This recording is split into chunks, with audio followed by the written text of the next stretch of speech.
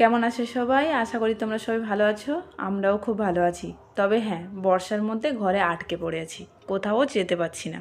ভাদ্র মাসের শেষ, তাই হয়তো এত বর্ষা হয়ে যাচ্ছে শেষ বেলায়। দেখো, এত পরিমাণে বৃষ্টি হচ্ছে না এই 2-3 দিন, যে কাল রাত থেকে আমাদের এখানে কারেন্টই নেই। আর কারেন্ট না থাকায় ফ্রিজটা খুলে দেখি না যে উপরে বরফটা জমেছিল একাই খসে পড়ে গেছে। এখন বরফটা নিয়ে আমরা খেলা করছি।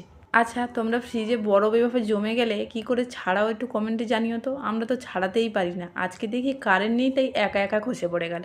এদিকে দেখো, বর্ষার মধ্যে জয়া ডিম ভেজেছে, মুড়ি দিয়ে খাবো। আমি না মুড়ি দিয়ে ডিম ভাজাটা ঠিক পছন্দ করি না, তবে ওরা বললো খেয়ে দেখো ভালো লাগবে। বর্ষার মধ্যে চারদিকটা এত সবুজ, দেখতে কত সুন্দর লাগছে তাই না? এই বর্ষায় বেশ ঠান্ডাও লাগছে। আর আমাদের জয়া দেখো, এই সকাল সকাল পুকুরে নেমেছে স্নান করবে বলে। কি করে পারলো তা কে জানি, আমার তো খুব ঠান্ডাই লাগছে। যাই হোক, আমি বাগান থেকে এগুলো তুললাম, আজকে ভাজা করব। আলু দিয়ে ভাজা করলে না বেশ ভালোই লাগবে খেতে। যাই হোক, আজকে